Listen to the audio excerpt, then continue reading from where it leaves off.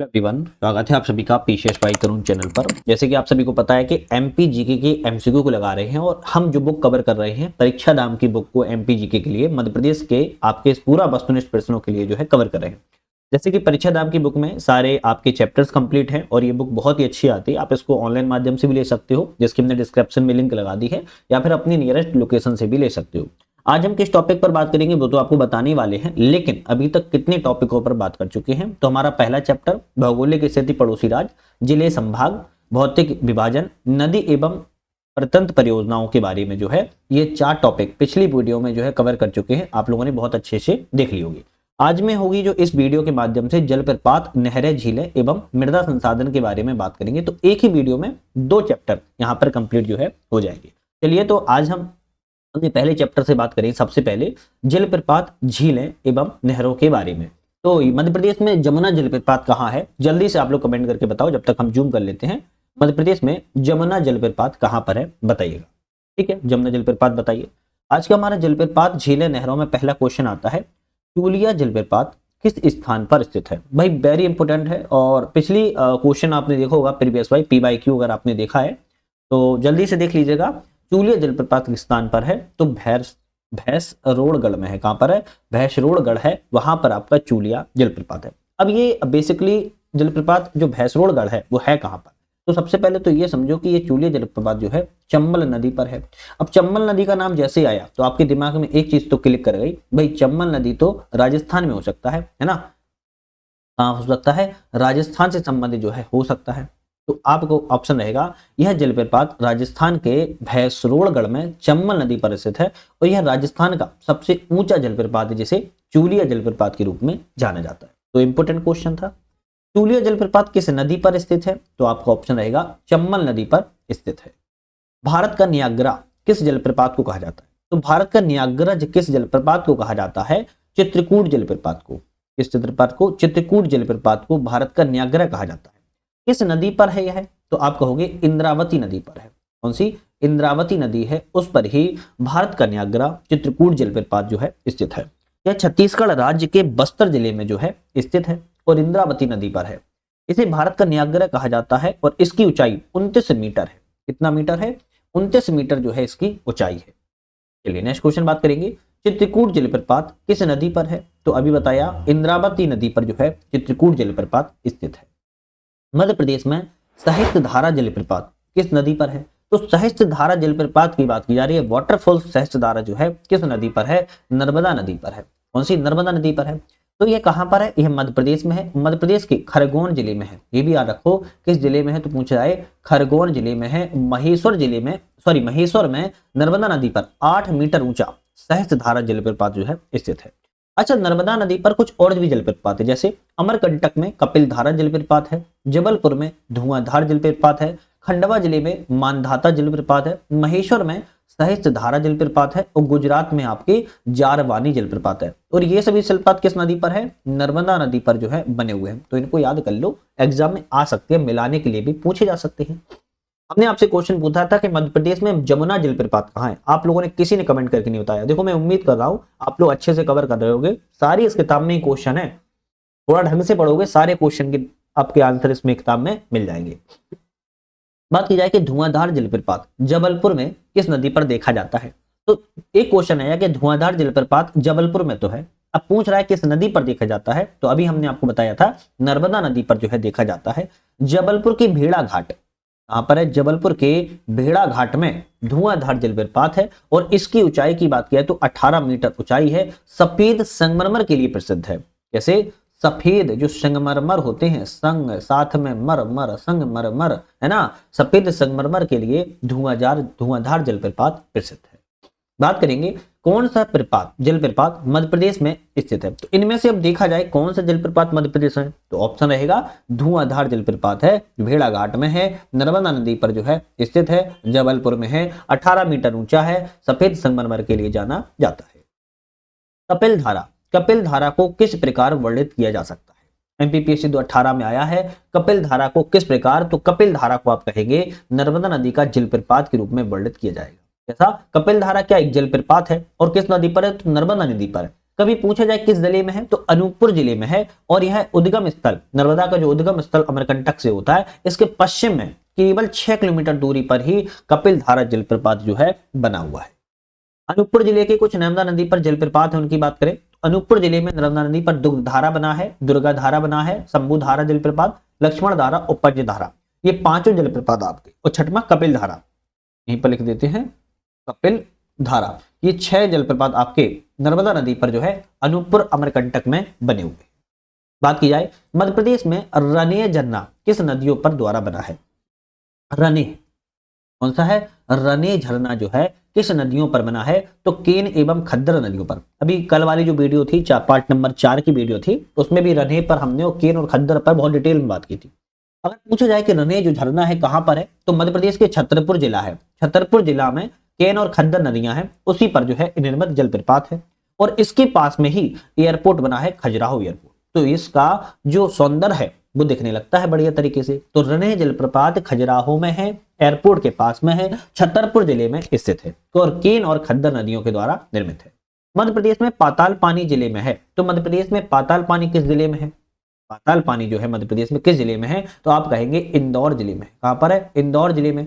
चंबल नदी के समीप एक पहाड़ी झरना है जिसे पाताल पानी जलप्रपात कहते हैं। तो आप ये कह सकते हो कि इंदौर जिले का प्रमुख पिकनिक स्थल, पिकनिक मनाने जाते हो ना, हाँ, तो पिकनिक स्थल पाताल पानी कह सकते हो, इंदौर जिले में यह स्थित है। पाताल पानी टंटैया भील की समाधि के लिए भी प्रसिद्ध है। इंपॉर्टेंट आ जाता है कि पाताल पानी किस लिए? तो टंटैया भील की समाधि स्थल के रूप में भी प्रसिद्ध है। नेक्स्ट आता है कि मध्य प्रदेश का सबसे ऊंचा जलप्रपात कौन सा है? तो सबसे ऊंचा जलप्रपात पूछ रहा है, अब कितने मीटर होगा? 198 मीटर ऊंचा है। कौन सा है? तो आप कहोगे बहुती जलप्रपात। कौन सा है? बहुती जलप्रपात है। किस जिले में है? तो मध्य प्रदेश के मऊगंज जिले में है। किसमें है? मध्य प्रदेश के मऊगंज जिले में है, ध्यान रखिएगा। और नदी पूछे जाए किस नदी पर है, तो कहेंगे सैलर नदी है। कौन सी है? सैलर नदी है। सैलर नदी का ही दूसरा नाम है औधा, ध्यान रखिएगा। औधा नदी या सैलर नदी एक ही है। तो सैलर नदी पर है। मध्य प्रदेश का सबसे ऊंचा जलप्रपात है, 198 मीटर इसकी ऊंचाई है, मऊगंज जिले में है। बात किया कि मध्य प्रदेश में बहुती जलप्रपात किस नदी पर स्थित है, तो अभी बताया औदा नदी पर स्थित है, जिसे सैलर नदी भी जो है कहते हैं। तो देखो दोनों नाम आपको याद रखने पड़ेंगे, ठीक है। चचाई जलप्रपात किस जिले में स्थित है? तो चचाई जलप्रपात का जैसे ही नाम आ जाए तो पहले तो आपको याद रखना है कि बीहड़ नदी पर है। कौन सी? बीहड़ नदी पर जो है चचाई जलप्रपात स्थित है। और इसकी ऊंचाई पूछी जाए तो 130 मीटर है। मध्य प्रदेश का दूसरा सबसे ऊंचा, मध्य प्रदेश दूसरा सबसे ऊंचा जो है जलप्रपात है। सबसे ऊंचा कौन सा है आपका जलप्रपात? बहुती है, बहुती है। और दूसरे नंबर का पूछा जाए तो चचाई जलप्रपात है, रीवा जिले में स्थित है, बीहड़ नदी पर बना है। किस पर? बीहड़ नदी पर बना हुआ है, ध्यान रखिएगा। चलिए बात करेंगे किस झरने को स्थानीय स्तर पर बी फॉल्स कहा जाता है। क्या कहा जाता है? बी फॉल्स क्या कहा जाता है? क्योंकि वहां स्नान करने के वाले लोगों को वहां का पानी चुभता है, इसलिए बी फॉल्स कहते हैं। ये जमुना प्रपात है। अभी मैंने पूछ रहा था आपसे, जमुना है ना, जलप्रपात कहाँ है, कहाँ है? तो इसको जलप्रपात इसीलिए फेमस है, बी फॉल्स कहा जाता है। होशंगाबाद जिले में है। किस जिले में है? होशंगाबाद जिले में जो है पचमढ़ी में। कहां पर है? पचमढ़ी में जो है स्थित है, जिसे जमुना जलप्रपात कहते हैं, बी फॉल्स भी कहा जाता है। चलिए बात करेंगे अप्सरा जलप्रपात कहाँ है। ये स्वर्ग की अप्सरा नहीं है, ये अप्सरा जलप्रपात है, वाटरफॉल्स है। अप्सरा जलप्रपात कहां पर है? पचमढ़ी में स्थित है। कहां पर है? पचमढ़ी में। होशंगाबाद जिले के पचमढ़ी में स्थित है। इसे परी फॉल्स कहते हैं। क्या कहते हैं? परी फॉल्स कहते हैं। ऐसे ऐसे नाम रखे गए हैं, याद करने में आसानी हो जाए। तो परी फॉल्स कहते हैं, अप्सरा जलप्रपात को कहते हैं। और कभी पूछा जाए बी फॉल्स किसे कहते हैं? जमुना प्रपात को कहते हैं। चलिए बात करेंगे केवटी, इंपॉर्टेंट। केवटी मध्य प्रदेश के किस जिले में है? केवटी क्या है? बेसिकली केवटी एक जलप्रपात ही है ना। केवटी पूछ रहा है मध्य प्रदेश किस जिले में है, तो आप कहोगे रीवा जिले में, सॉरी रीवा जिले में है। इस जिले में? रीवा जिले में है, ध्यान रखिएगा। केवटी जलप्रपात, ध्यान रखना है, केवटी जलप्रपात आपके मध्य प्रदेश के रीवा जिले में स्थित है। कभी पूछा जाए किस नदी पर है, तो बीहड़ की एक सहायक नदी है महाना। क्या है? महाना इसकी सहायक, महाना नदी पर जो है बना हुआ है। और महाना किसकी सहायक नदी है? महाना बीहड़ की सहायक नदी है, ये भी ध्यान रखना है। और यह मकर संक्रांति पर हर साल मेले का जो यहाँ पर जो है आयोजन किया जाता है। चलिए नेक्स्ट बात करेंगे, कौन सा जलप्रपात नर्मदा नदी पर स्थित नहीं है? भाई कपिल धारा है, दुग्ध धारा है, भेड़ा घाट है, लेकिन भालकुंड तो नहीं है। अब भालकुंड क्यों नहीं है? क्योंकि भालकुंड जो है बीना नदी पर बना है। किस पर? बीना नदी पर बना है। और बीना नदी किसकी सहायक नदी है? बीना नदी जो है बेतवा नदी की सहायक नदी के रूप में जानी जाती है। तो बीना नदी पर भालकुंड जलप्रपात है। अगर पूछा जाए किस जिले में है, सागर जिले के राहतगढ़ नामक स्थान पर आपका भालकुंड जलप्रपात स्थित है। नेक्स्ट आता है कि जारवानी जलप्रपात किस नदी पर है? तो जारवानी जलप्रपात की बात आ जाए तो नर्मदा नदी पर है। नर्मदा नदी पर है, ध्यान रखना है। और गुजरात राज्य में है ये, कभी पूछे जाए तो गुजरात राज्य में है। और ये जारवानी जलप्रपात है, नर्मदा नदी पर ही बना है। पूर्वा जलप्रपात किस जिले में है? इंपॉर्टेंट है। पूर्वा जलप्रपात किस जिले में है? रीवा जिले में है। नाम ही पूर्वा है। पूर्वा जलप्रपात रीवा जिले में है। और कभी पूछा जाए किस नदी पर है, तो टोंस नदी पर बना है। किस नदी पर बना है? टोंस नदी पर पूर्वा जलप्रपात बना है। तो रीवा के कुछ जलप्रपातों की बात करेंगे, जैसे रीवा में चचाई जलप्रपात है जो कि बहुत इंपॉर्टेंट है, बीहड़ नदी पर है। और चचाई जलप्रपात 130 मीटर ऊंचाई पर है। मध्य प्रदेश का सेकंड सबसे ऊंचा जलप्रपात है। पहला बहुती है, दूसरा है यहाँ पर पियावन जलप्रपात, ये भी बीहड़ नदी पर है। और तीसरा है आपका बहुती जलप्रपात, ये सेलर नदी पर है, जो कि ये मध्य प्रदेश का सबसे ऊंचा है। ध्यान रखिएगा, बहुती जलप्रपात ये भी आपकी रीवा में ही है, सेलर नदी पर है। चलिए बात करेंगे लाखा बंजारा झील कहां पर है? जो जलप्रपातों की बात कर ली, अब लाखा बंजारा झील की बात करें। लाखा बंजारा झील जो है सागर जिले में स्थित है। सागर जिले में है। और सागर लाख बंजारा झील की बात किया, सागर जिले में है, बुंदेलखंड क्षेत्र में, सागर शहर में स्थित है। इसे सागर झील भी कहा जाता है। तो लाख बंजारा झील को आपका सागर झील भी कहते हैं, बुंदेलखंड के सागर शहर में स्थित है। बात करेंगे भोज वेटलैंड को रामसर साइट कब बनाया गया था? तो भोज वेटलैंड को रामसर साइट की बात की जा रही है, 2002 में घोषित किया गया था। रामसर अक्सर बोले तो आर्द्र भूमि जैसे कहते हैं, वेटलैंड कहते हैं, जैसे है ना, वेटलैंड कहते हैं, आर्द्र भूमि कहते हैं। भोज वेटलैंड को रामसर साइट आर्द्र भूमि 2002 में घोषित किया गया था। अब किसे कहते हैं वेटलैंड, थोड़ा समझ लेते हैं। वैसे हमें पता है, आप लोग होशियार हो, आपको आता होगा, लेकिन फिर भी समझ लेते हैं, जिसको नहीं पता होगा उसका रिवीजन हो जाएगा। ऐसे दलदली या जल वाले क्षेत्र जहां वर्ष भर भरा हुआ या शांत जल, समुद्री और गैर समुद्री जल का जमाव होता है, इसकी गहराई 6 मीटर से अधिक ना हो, उसे आर्द्र भूमि की श्रेणी में हम रखते हैं।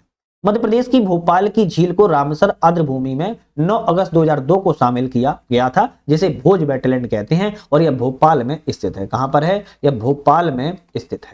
चलिए नेक्स्ट क्वेश्चन की बात करेंगे, हनुमान ताल किस स्थान पर है? बात की जा रही है कि हनुमान ताल किस स्थान पर है? आप कहेंगे हनुमान ताल जबलपुर में है। कहां पर? जबलपुर में हनुमान ताल है। जबलपुर शहर में हनुमान ताल, आधार ताल, ये दोनों ही आपके स्थित है। प्राचीन समय में जबलपुर शहर में 52 तालाब, 84 तलैया थी। 52 तालाब थे वर्तमान में, आपके प्राचीन समय में।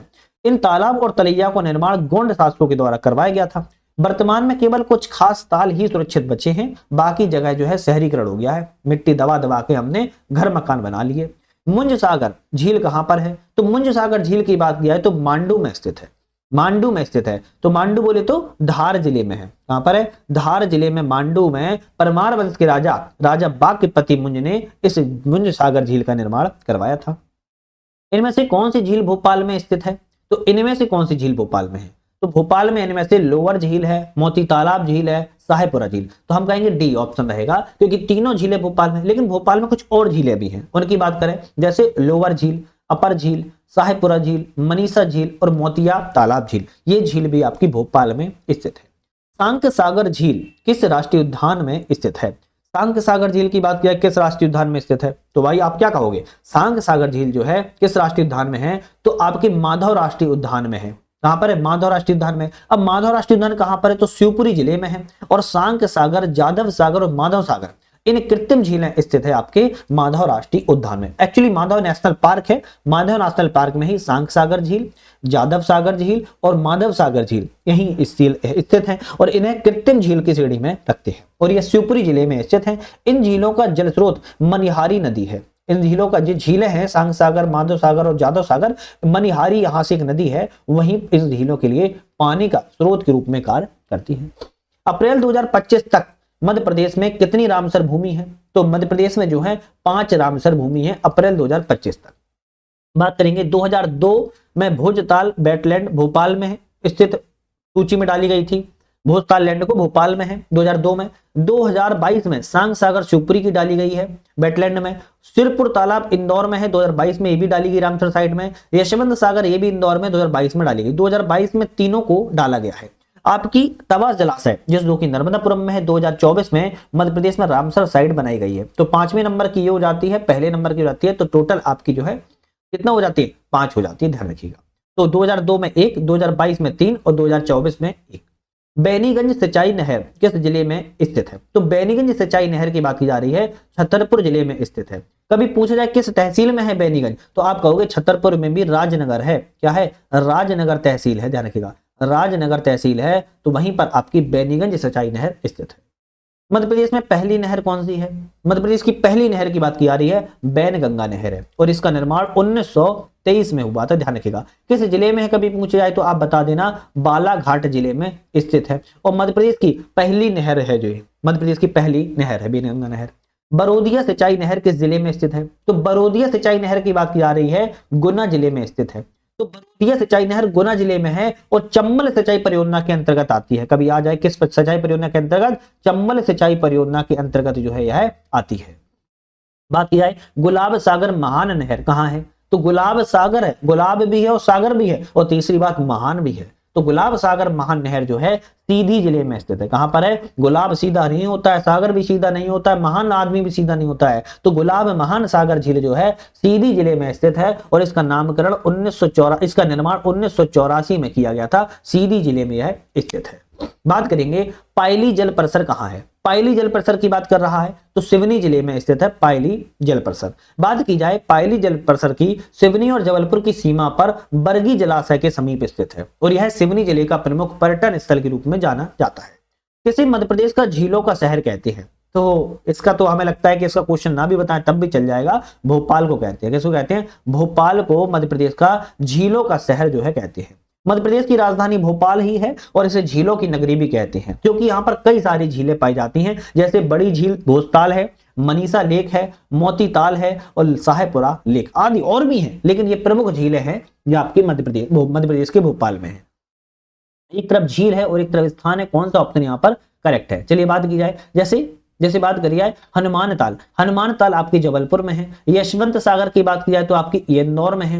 लाख बंजारा की बात की तो सागर जिले में है और मुंज सागर की बात की धार जिले में स्थित है, ध्यान रखिएगा, है ना। हनुमान ताल जबलपुर में, यशवंत सागर इंदौर में, लाख बंजारा सागर में, सागर झील भी कहते हैं इसे, और मुंज सागर धार जिले में स्थित है। अमरगढ़ जलप्रपात मध्य प्रदेश के किस जिले में है? अमरगढ़ जलप्रपात की बात की जा रही है, मध्य प्रदेश के सीहोर जिले में स्थित है। सीहोर जिले में स्थित है। अमरगढ़ जलप्रपात भोपाल से केवल 65 किलोमीटर दूर है और सीहोर जिले में स्थित है। 150 फीट ऊंचा अमरगढ़ जलप्रपात वर्षा ऋतु में प्रमुख पिकनिक स्पॉट के रूप में भी जाना जाता है। बात करेंगे नेक्स्ट क्वेश्चन की, हनुमान ताल, गलोवा ताल, देवताल, सपा ताल, मड़ो ताल, आधार ताल, गंज ताल, परशुराम कुंड, संग्राम सागर झील किस जिले में है? बहुत सारे ताल है और पूछ रहा है किस जिले में है। अभी मैंने आपको बताया था ज्यादातर ताल जबलपुर में है। तो कहां पर है? जबलपुर में ही स्थित है। जबलपुर जिले की बात की जाए तो 52 तालाबों का शहर कहा जाता है। जबलपुर की प्रमुख झीलें हनुमान ताल, गलोवा ताल, देवताल, सपा ताल, मड़ो ताल, आधार ताल, गंज ताल, परशुराम कुंड, संग्राम सागर झील, ये सभी आपके जबलपुर में। हालांकि 52 ताल हैं जो लोगों ने मिटाकर घर बना लिए। फिर कहते हो प्राकृतिक आपदा आ रही है। चैनपुर जलप्रपात मध्य प्रदेश के किस जिले में स्थित है? चैनपुर जलप्रपात, ये तो मैंने भी पहली बार सुना है। चैनपुर जलप्रपात जो है मध्य प्रदेश के उमरिया जिले में स्थित है। किसमें? उमरिया जिले में स्थित है। उमरिया जिले में कुछ पर्यटन स्थल भी है, जैसे उमरार बांध, चैनपुर जलप्रपात, भामरा बांध, बांधवगढ़ राष्ट्रीय उद्यान और अमोल खोए मध्य प्रदेश उमरिया जिले में यह सब स्थित है। ललिहारी जलप्रपात, झिंगरिया झरना, छोटा महादेव झरना मध्य प्रदेश के किस जिले में है? तो लिलिहारी जलप्रपात, झिंगरिया झरना और छोटा महादेव झरना जो है आपके छिंदवाड़ा जिले में स्थित है। छिंदवाड़ा जिले में स्थित है। खिदिया खो जलप्रपात किस वन्यजीव अभ्यारण्य में स्थित है? भाई खिदिया खो जलप्रपात की बात की जा रही है, मध्य प्रदेश की किस वन्यजीव अभ्यारण्य में स्थित है? तो खेवनी वन्यजीव अभ्यारण्य में स्थित है। किसमें? खेवनी वन्यजीव अभ्यारण्य में स्थित है, ध्यान रखिएगा। चलिए बात करेंगे मध्य प्रदेश का निम्न में से कौन सा स्थान बनास नदी के नरम रेत के तल के लिए प्रसिद्ध है? मध्य प्रदेश का कौन सा स्थान है? तो बनास नदी के नरम नम रेत के तल के रूप में प्रसिद्ध है। आपका रहेगा पारसिली। कौन सा रहेगा? पारसिली। ध्यान रखना, पारसिली जो है आपके सीधी जिले के मझौली विकासखंड के बनास नदी के तट पर जो है स्थित है और यह रेतीले तटों एवं हरियाली दृश्य, सुंदर दृश्य के लिए जाना जाता है। मध्य प्रदेश में 198 मीटर ऊंचाई वाले क्षेत्र में सबसे ऊंचे जलप्रपातों में से एक बहुती जलप्रपात है। यह कहां पर है? तो आपको मैंने बताया था, यह मऊगंज जिले में स्थित है। कहां पर? मऊगंज जिले में स्थित है। और यह सैलर नदी, जिसे औधा भी कहते हैं, या सैलर या औधा नदी पर जो है स्थित है। यह मध्य प्रदेश का सबसे ऊंचा जलप्रपात है। जब मऊगंज नहीं बना था तब रीवा में आता था, लेकिन अब मऊगंज का निर्माण हो गया तो मऊगंज में आने लगा है। राजसी रानेह जलप्रपात किस नदी पर है? तो राजसी रानेह जलप्रपात जो है केन नदी पर है। दूसरी नदी भी और बताया था मैंने, खद्दर नदी पर जो है स्थित है, ध्यान रखिएगा। और यह छतरपुर जिले में स्थित है। किस पर है? छतरपुर जिले में स्थित है। मध्य प्रदेश में पाताल पानी शहर कोई बाहरी इलाके में स्थित है। तो मध्य प्रदेश का जो पाताल पानी शहर है बाहरी इलाके में इंदौर स्थित है। इंदौर। पाताल पानी एक पहाड़ी झरना है, शीतला माता चंबल नदी पर है और झाड़ी दहाई भी चंबल नदी पर स्थित है। मध्य प्रदेश में सैलानी द्वीप किस स्थान पर स्थित है? सैलानी द्वीप मध्य प्रदेश में बात की जा रही है ओमकारेश्वर में स्थित है।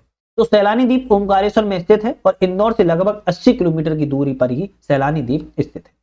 टोंस एवं उसकी सहायक नदियां कौन से स्थान पर जलप्रपात का निर्माण करती हैं? टोंस और उसकी सहायक नदियां जो हैं बहुती जलप्रपात, चचाई जलप्रपात और बिंडम जलप्रपात। टोंस और उसकी सहायक नदियां मिलकर बहुती, चचाई और बिंडम जलप्रपात का निर्माण करती हैं, ध्यान रखिएगा। मध्य प्रदेश की लाहार नहर लाभान्वित जिले कौन से है? मध्य प्रदेश की लाहार नहर भी है, जिसमें लाभान्वित जिले की बात किया तो ग्वालियर और दतिया को इससे लाभ मिलता है। और यह भांडेर नहर परियोजना की उपनहर नाम है लाहार नहर और इसकी लंबाई 86 किलोमीटर है। ग्वालियर और दतिया इसको लाभ देते हैं। राजा भोज ने भोपाल में भोजताल का निर्माण किस नदी पर मिट्टी का बांध बनाकर किया था? अब बात की जा रही है, राजा भोज ने भोपाल में भोजताल का निर्माण करवाया था मिट्टी का बांध बनाकर। तो यह मिट्टी का बांध जो है आपकी कोलांस नदी पर कराया गया था। किसी? कोलांस नदी है, लिख देता हूं, कोलांस नदी पर मिट्टी का बांध का जो है निर्माण किया गया था। सोचो उस समय भी कितनी कारीगरी परिपक्व अवस्था में थी। तो भोजताल का निर्माण परमार राजा भोज ने करवाया था कोलांस नदी पर मिट्टी का बांध बनवाकर। इससे प्रवाहित जल कालिया शोत नदी में जाता है, ये भी ध्यान रखो। नेक्स्ट आता है कि गांगुलपारा जलप्रपात किस नदी के कैंचमेंट एरिया में स्थित है? तो गांगुलपारा जलप्रपात आप कहेंगे बैनगंगा नदी के कैंचमेंट एरिया में स्थित है और यह जो है एक पहाड़ी झरना के रूप में प्रसिद्ध है। अच्छा, नेक्स्ट हमारा चैप्टर आता है, जलप्रपात झरने की बात कर ली, मृदा संसाधन सॉइल रिसोर्स के बारे में बात करेंगे। सॉइल रिसोर्स के बारे में बात करेंगे, वेरी इंपॉर्टेंट है। देखो आप लोगों को अगर ये चैनल पसंद आ रहा है तो चैनल को सब्सक्राइब, लाइक, शेयर करके बेल आइकन प्रेस कर लो, क्योंकि हम इस चैनल पर मल्टीपल सीरीज चालू रखे हैं। जैसे आपके एग्जाम पीडीएफ करंट अफेयर्स भी मैंने बना रखी है। आपकी बात किया है तो सिलेक्शन तक की बुक आती है एमपी जीके की, डिस्क्रिप्ट वाई, उसकी भी हम बात कर रहे हैं। साथ में हमारा ऐप आ चुका है यूपीएससी नेट। इस ऐप को डाउनलोड करके आप multiple test series, PDF, video सारी चीजों को डाउनलोड कर सकते हो। यूपीएससी नेट ऐप है, अभी जाइएगा डाउनलोड कर लीजिएगा, डिस्क्रिप्शन में लिंक हमने दे दी है, यूपीएससी नेट। मृदा और संसाधन के बारे में बात करेंगे। तो मृदा संसाधन में पहला क्वेश्चन आता है, भारतीय मृदा विज्ञान संस्थान कहां पर है? तो भारतीय मृदा विज्ञान संस्थान आपके भोपाल में स्थित है। कहां पर? भोपाल में है और इसकी स्थापना 1988 में की गई थी। कभी पूछे जाए तो इसकी स्थापना 1988 में की गई है और इसकी स्थापना भारतीय कृषि अनुसंधान परिषद के सहायक के रूप में भी की गई है। कौन सी मृदा मध्य प्रदेश में नहीं मिलती है? इनमें से कौन सी मृदा? काली मृदा मध्य प्रदेश में है, लेटराइट मृदा भी है, शुष्क लाल मृदा भी है। शुष्क मृदा जो है मध्य प्रदेश में नहीं पाई जाती। एक्चुअली मध्य प्रदेश में 6 प्रकार की मिट्टियां पाई जाती हैं। अब बात की जाए कौन कौन सी, तो काली मृदा, जलोढ़ मृदा, कछारी मृदा, लाल पीली मृदा, लेटराइट मृदा और मिश्रित मृदा। ये आपकी 6 प्रकार की मृदा पाई जाती है। शुष्क मृदा मध्य प्रदेश में नहीं पाई जाती। मध्य प्रदेश में कितने प्रतिशत भाग में जलोढ़ मिट्टी पाई जाती है? तो कितना प्रतिशत भाग है? 3% भाग में मध्य प्रदेश में जलोढ़ मिट्टी जो है पाई जाती है। काली मिट्टी मध्य प्रदेश सबसे ज्यादा 47% भाग पर, उसके बाद लाल पीली 33% भाग पर, फिर जलोढ़ मिट्टी 3% भाग पर जो है पाई जाती है। इसमें से लेटेराइट, कछारी और मिश्रित बहुत ही कम मात्रा में पाई जाती है, ध्यान रखिएगा। मृदा एवं उसके उपनामों के बारे में बात की जाए, जैसे अगर हम बात करें काली मृदा को रैगूर मृदा के नाम से भी जानते हैं, लाल पीली मृदा को डोरसा मृदा के नाम से जानते हैं, जलोढ़ मृदा को दोमट मृदा के नाम से जानते हैं और वहीं लेटेराइट मृदा को लाल भूरी मृदा के नाम से जानते हैं। ऑप्शन हमारे डी रहेगा, चारों ऑप्शन जो है सही है। जैसे बात की जाए काली मिट्टी को रैगूर भी कहते हैं, कपासी भी कहते हैं, चरोनजम भी कहते हैं, कन्हरी भी कहते हैं। ये सभी काली मिट्टी के नाम है। इसी तरह लाल पीली मिट्टी की बात किया तो चलका भी कहते हैं और डोरसा भी कहते हैं। वही जलोढ़ मिट्टी की बात की जाए दोमट मिट्टी कहते हैं। नहीं लैटेराइट मिट्टी की बात करें तो लाल भूरिया और सफेद मृदा के रूप में भी हम जानते हैं। बात की जाए चलका और डोरसा किस नदी के अन्य नाम है, तो चलका और डोरसा जो है आपकी लाल पीली मिट्टी के अन्य नामों के रूप में जानी जाती है। मध्य प्रदेश की किस मिट्टी को कपास मृदा के नाम से जाना जाता है, कपासी मृदा कैसे कहते हैं, काली मिट्टी को, कपास जो है काली मिट्टी में उगता है इसीलिए इसका नाम कपास मृदा के रूप में भी जाना जाता है। अच्छा कुछ अन्य नाम है, जैसे रेगूर मिट्टी को दरार की प्रवृत्ति के कारण जाना जाता है, कपास की मिट्टी को कपास की अधिक उत्पादन के लिए जाना जाता है, और चेरोजन मिट्टी को कैल्शियम की अधिकता के कारण जो है जाना जाता है। निम्न में से किसे काली मिट्टी के नाम से जाना जाता है, तो काली मिट्टी के नाम से किसे जानेगा, भाई रेगूर मिट्टी को काली मिट्टी के नाम से जाना जाता है। काली मिट्टी की विशेषता क्या है, तो काली मिट्टी की विशेषता जब जल धारण क्षमता जो है बहुत अधिक कर लेती है, चिपचिपी भी हो जाती है, फूलना चिपचिपी और सिकुड़न इसकी एक प्रमुख कारण है, पानी जब कमी हो जाती है तो लंबी लंबी दरारें भी पड़ जाती है, तो तीनों ही कारण आपकी काली मिट्टी के लिए जाने जाएंगे, तो डी ऑप्शन जो है सही हो जाता है। बात की जाए क्षेत्र है और मृदा के प्रकार है, किस क्षेत्र में किस प्रकार की मिट्टी पाई जाती है, जैसे मालवा के पठार में गहरी काली मिट्टी पाई जाती है, बघेलखंड के पठार में लाल पीली मिट्टी पाई जाती है, सतपुड़ा के पठार में छिछली काली मिट्टी पाई जाती है, और निमाड़ क्षेत्र में साधारण काली मिट्टी पाई जाती है। अगर आप लोगों को ये डिटेल में पढ़ना है तो मैंने आपसे फिर से रिपीट कर रहा हूं, सिलेक्शन तक के बुक हमको कवर कर रहे हैं एमपीजीके की, इसमें हम डिटेल कर रहे हैं, पूरे डिटेल से बात कर रहे हैं। चैनल पर मैंने डिस्क्रिप्शन लिंक दे दिया है, और दूसरी बात पूरी प्लेलिस्ट बनी है सिलेक्शन द बुक की, आप उसको जरूर देख लीजिएगा, तो ऑप्शन रहेंगे यहाँ पर चारों सही रहेंगे। चलिए बात करेंगे नेक्स्ट क्वेश्चन की। नेक्स्ट आता है कि मध्य प्रदेश में काली मिट्टी के क्षेत्र का विस्तार मालवा पठार के अतिरिक्त कहां पाया जाता है। काली मिट्टी मालवा पठार में तो पाई जाती है, लेकिन इसके अलावा और कहां पाई जाती है, तो नर्मदा घाटी में भी पाई जाती है। कहां पर, नर्मदा घाटी में भी आपकी काली मिट्टी जो है पाई जाती है। तो नर्मदा घाटी के साथ साथ निवाड़ क्षेत्र में भी मिलती है, और काली मिट्टी कपास और सोयाबीन के लिए बहुत उपयुक्त मृदा के रूप में जानी जाती है। कपास की कृषि के लिए कौन सी मृदा उपयुक्त है, तो कपास की कृषि के लिए काली मिट्टी सबसे ज्यादा उपयुक्त है। तो काली मिट्टी जो है, काली मिट्टी में कपास और मूंगफली उगाया जाता है, जलोढ़ मिट्टी में बात किया तो गेहूं और गन्ना उगाया जाता है, लाल पीली मिट्टी में बात किया तो चावल उगाया जाता है, और लैटेराइट मिट्टी में बात किया तो मक्का एवं कॉफी का उत्पादन जो है किया जाता है। चावल की खेती के लिए कौन सी मृदा उपयुक्त है, चावल की खेती के लिए बात की जा रही है, लाल पीली मिट्टी सबसे ज्यादा उपयुक्त मानी जाती है। मध्य प्रदेश में कौन सा यहाँ पर कथन जो है सही है, तो काली मृदा को चेरोनोजम मृदा भी कहा जाता है, बी ऑप्शन आपका करेक्ट है। मध्य प्रदेश में सर्वाधिक लाल पीली मिट्टी नहीं का विस्तार नहीं है, बल्कि काली मिट्टी का विस्तार है, मैंने आपको बताया।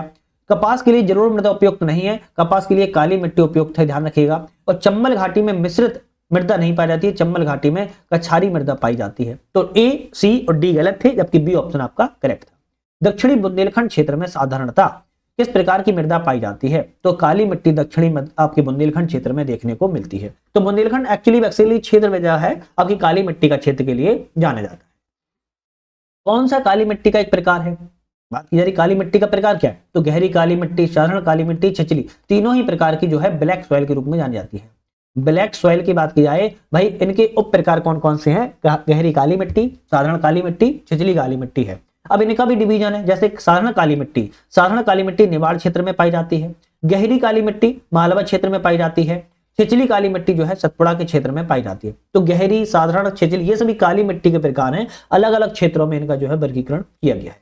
भारत में किस प्रकार में किस राज्य में सर्वाधिक काली मिट्टी की उपलब्धता है, तो आपके भारत में जो काली मिट्टी है सबसे ज्यादा आपके महाराष्ट्र राज्य में है, महाराष्ट्र के बाद आपकी गुजरात राज्य में है, गुजरात के बाद मध्य प्रदेश में है, आपके आंध्र प्रदेश में भी है, और कर्नाटक राज्य में भी है। तो ऑप्शन जो रहेंगे डी वाला यहाँ पर करेक्ट हो जाता है। कौन से प्रकार का कटाव है जो चंबल नदी के द्वारा किया जाता है, तो चंबल नदी के द्वारा अवनलिका कटाव का जो है अपर्दन किया जाता है। चंबल नदी अवनलिका अपर्दन के लिए, गोली इरोशन के लिए जानी जाती है।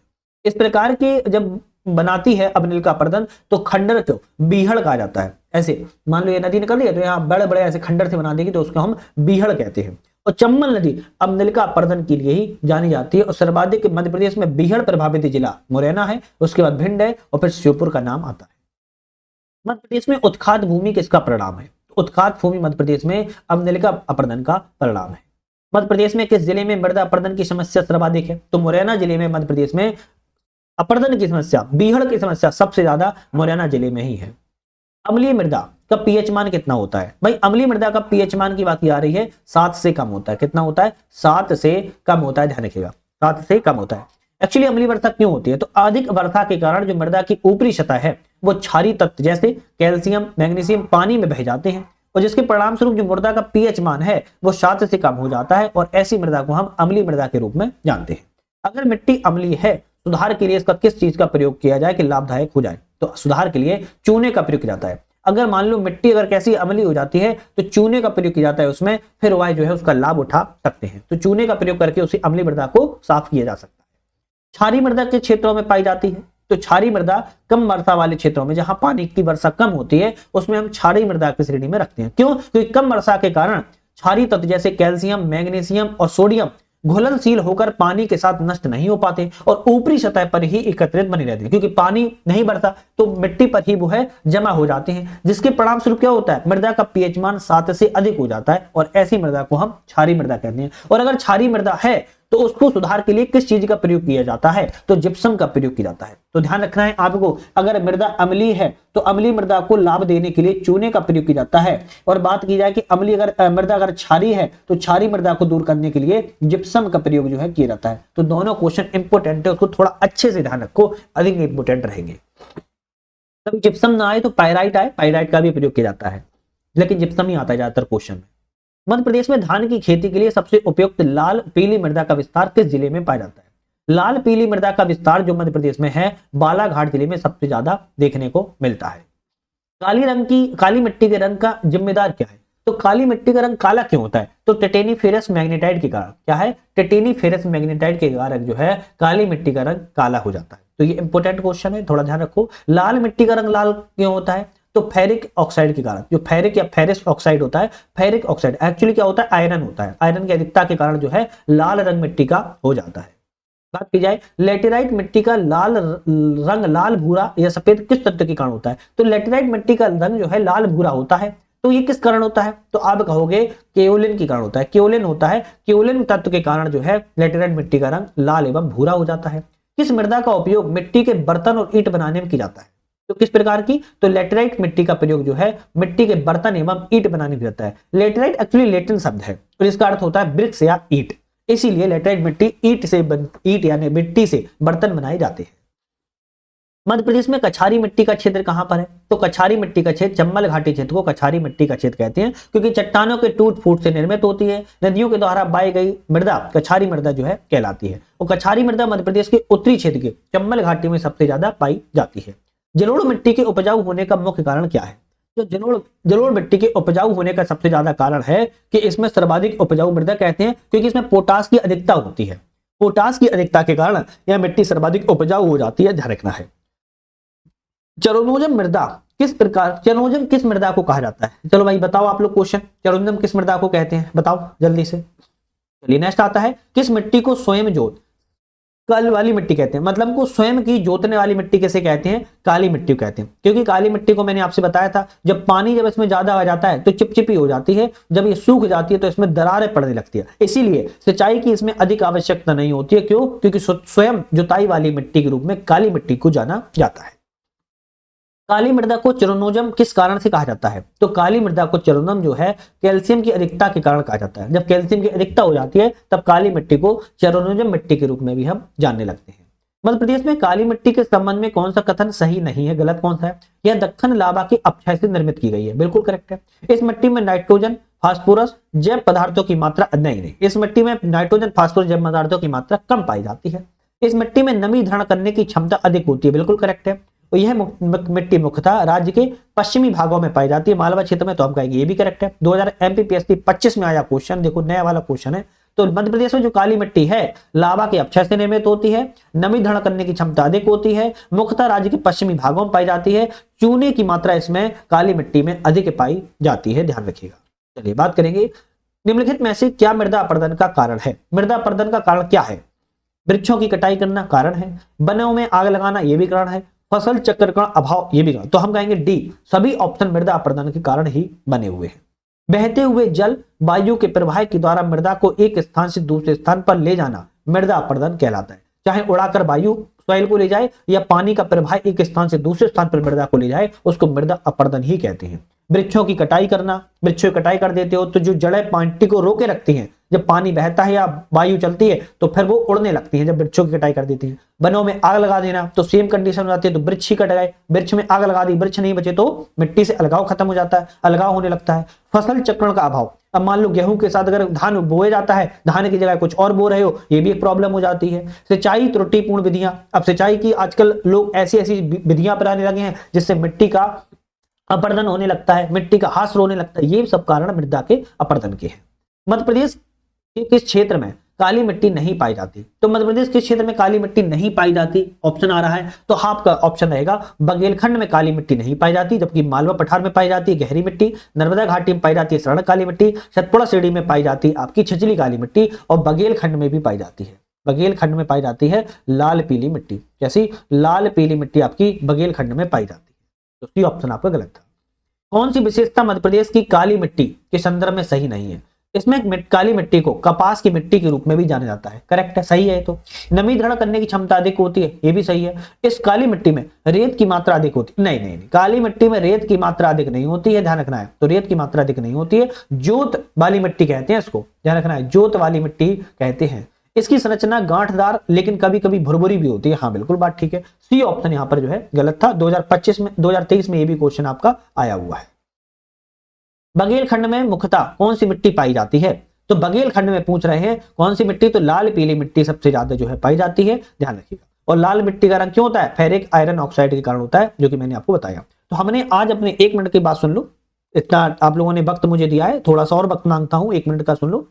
हमने आज अपने 2 टॉपिक को कंप्लीट किया है। एक तो आपका कौन सा टॉपिक रहा? एक आपका रहा है जलप्रपात, नहरें, झीलें, दूसरा रहा है मृदा संसाधन के बारे में। तो ये दोनों टॉपिक, तो अभी तक हमारे 6 टॉपिक जो है कंप्लीट हो चुके हैं। अब नेक्स्ट वीडियो में किस टॉपिक की बात करेंगे? कृषि एवं पशुपालन के बारे में बात करेंगे, और अपने आप में बहुत इंपॉर्टेंट टॉपिक है, कम से कम 20 पेज में ये टॉपिक है। तो लंबी वीडियो बनेगी, पूरी वीडियो बहुत अच्छे से देखना। उसके बाद जलवायु, तापमान, ऋतुओं की बात करेंगे। पशुपालन से बहुत क्वेश्चन आते हैं, कृषि से एग्जाम में बहुत क्वेश्चन आते हैं, आप देखना पीवाई के उठा के। अच्छा, एक चीज और भी है, आप लोगों को बताना भूल गया हूं, हमारा ऐप तो आ ही चुका है यूपीएससी नेट, जिसको आप लोग डाउनलोड कर लेना। लेकिन एक चीज और भी ये बात बताने वाला हूं, यूनिट 10 भी हम बहुत जल्दी एमसीक्यू बेस जो है लगाने वाले हैं, बहुत जल्दी एमसीक्यू बेस यूनिट 10 लगाने वाले हैं। और साथ में ही आपकी परीक्षा धाम की भी डिटेल्स वाली बुक जो है आने वाली है, अब जल्द ही हमें मिल जाएगी, अवेलेबल हो जाएगी, तो हम वो भी जल्द ही लाएंगे। तो वीडियो पर बने रहने के लिए आप सभी का आज बहुत बहुत धन्यवाद।